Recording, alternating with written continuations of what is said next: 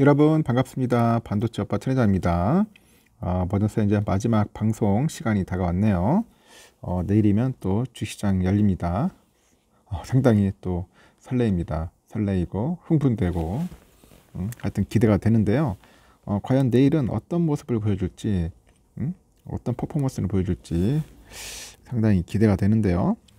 또 폭락을 하는 건지 폭등하는지 모르겠지만은 일단은 반도체 섹터는 좀 오를 거예요.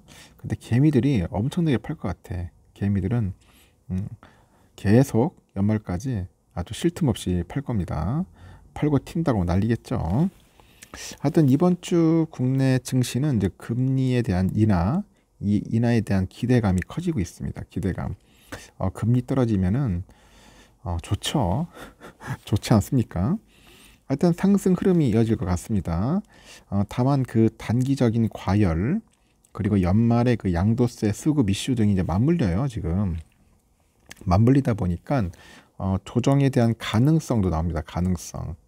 이 조정에 대한 가능성도 나오고 있고 그러다 보니 증권가에서는 이번 주 코스피 지수 예상 밴드를 2450에서 2580으로 보는 것 같아요. 2450에서 2580으로 제시를 하더라. 17일 날 그 한국거래소에 보니까 지난주 11일에서 15일 코스피가 전주 대비 1.82% 올랐습니다. 2563.56이에요. 2563.56으로 마감을 했고 지난 13일 하루를 제외하고 모두 이제 상승세입니다. 상승세 거래를 마쳤고요. 같은 기간의 코스닥은 838.31이죠. 838.31로 거래를 마쳐서 0.96% 정도 올랐습니다. 올해 마지막 연방공개시장위원회 FOMC 그 회의에서 연방준비제도가 내년에는 기준금리 인하를 이제 시사를 합니다. 기준금리 인하를 시사를 하는데 그러다 보니까 국내 증시에는 훈풍이 붑니다. 훈풍이 불고 있다.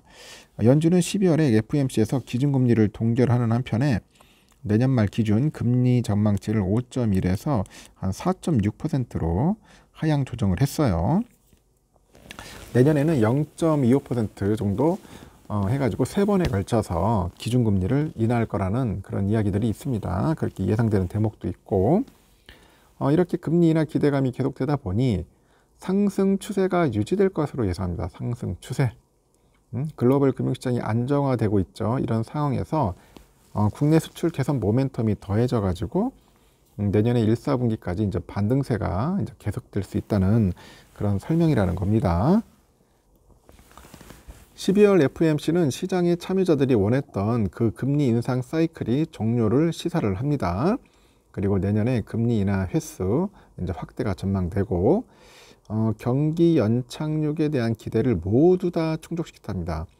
모두 다 충족을 시켰고 저평가 매력의 글로벌 금융시장이 좀 안정화되고 그 한국 수출 모멘텀 개선 등도 이제 반영이 되다 보니까 내년에는 1, 4분기 초반까지 이 반등세가 지속될 거라고 이제 내다보고 있는 거죠.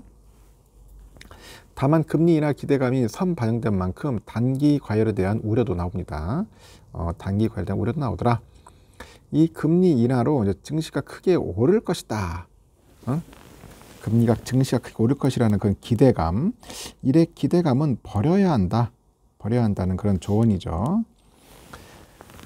시장에서는 금리 인하 기대감은 당분간 이어질 것으로 보이는데 그 인하 기대감은 일부 선 반영이 됐어요. 그 금리 인하 시점이 늦어지거나 이제 과도한 그 금리 인하 기대감이 축소된다면은 주가의 되돌림 현상이 발생할 수 있다고 이제 짚는 거죠. 매년 연말이면은 그 반복되는 양도세 회피용 매도 물량도 이제 부담이라는 그런 지적이 있어요.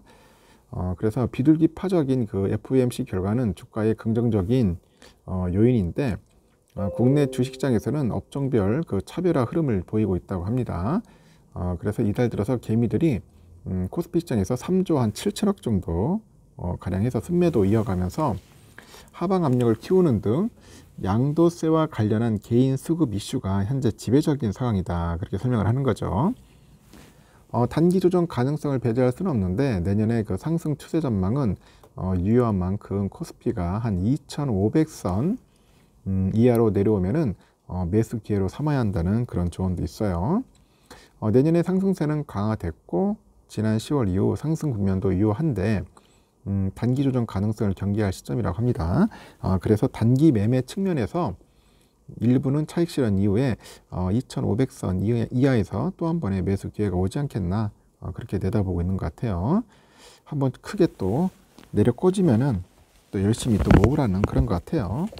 근데 과연 그게 될지는 모르겠습니다.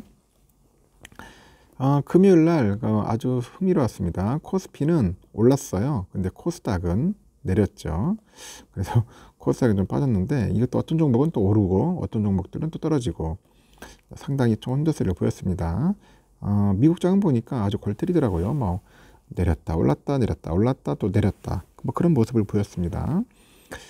그래서 소폭 올랐는데 나스닥도 잘 가다가 쭉 빠지다가 다시 또 올라가다가 쭉 급하게 또 떨어졌어요. 급하게 떨어졌는데 그래도 0.35% 정도 올랐다는 겁니다. S&P도 마찬가지로 쭉 빠졌다가 다시 또 올랐다가 쭉 빠집니다. 그래서 약보합으로 끝났고 영국은 좀 많이 빠졌습니다. 0.95%, 프랑스는 0.28% 올랐고요. 하여튼 독일은 보합으로 끝났고 하여튼 흥미로웠습니다. 필라도 마찬가지인데 좀 올랐다가 좀 빠졌어요.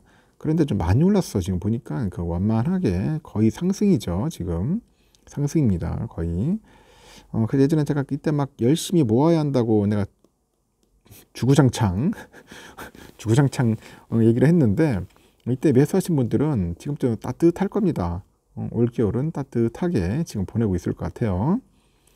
환율은 1,304원. 야, 환율 골 때립니다. 훅 빠졌다 올랐다가 훅 빠졌다가 또 올랐다가 빠졌다가 올랐다가 며칠 전에 24원 정도 빠지더라고요. 달러 일본에는 142.15엔 쭉 빠졌죠. 한때는 또 유가는 71.43달러 좀 빠지는 추세고 일본 엔화가 919원입니다. 많이 올랐어요. 유로화는 1424.1원, 중국 위안화 182.75원, 휘발유 1592.68원 하락, 국제금값 2035.7달러 하락, 국내도 85,189.46원 상승했습니다. 미국 국채 10년물은 3.91이네요. 3.91로 한때 뭐 4.9에서 뭐 4.876 하다가 결국은 4%대 깨지고 이제 3.9%대까지 내려왔다는 거죠. 다우지수는 거의 뭐 약보합으로 끝났습니다. 거의 0.09% 좀 살짝 올랐고요. 강보합으로 끝났고 참. S&P는 약하게 좀 밑으로 빠졌죠. 0.05% 정도 마이너스. 나스닥은 0.4% 소폭 상승했고 러셀도 0.12. 최근에 보니까 러셀도 많이 올랐네요. 거의 한 2,000등 거의 언저리까지 지금 올라오고 있습니다. 우리 삼성전 73,300원. 징글징글하다. 응? 74,000원 선을 뚫어가지고 75,000원 빨리 가야 하는데 가지를 못하고 있네요. 내일도 한 73,000원 이상에서 74,000원 정도 여기서 좀 왔다 갔다 할 것 같습니다. 74,000원 갈 것 같고 오선주도 59,300원까지 밀렸는데 다시 또 6만원까지 갈 것 같아요. 그래서 연말까지는 한 6만원 정도 터치해서 한 6만 1,000원까지 한번 내다보고 있습니다. 7만전자 가기는 조금 부담스럽지 않을까 하는 생각이 드네요. 또 어떤 이슈, 어떤 변수가 있을지 모르겠는데 개인적으로 볼 때는 한 6만전자 언저리에서 좀 왔다 갔다 할 것 같습니다. 개미들이 겁나게 팔아요. 그래가지고 좀 힘듭니다. 그 점 참고하시고 일단은 편안한 밤 보내십시오. 매우 춥습니다. 감기 조심하시기 바랍니다.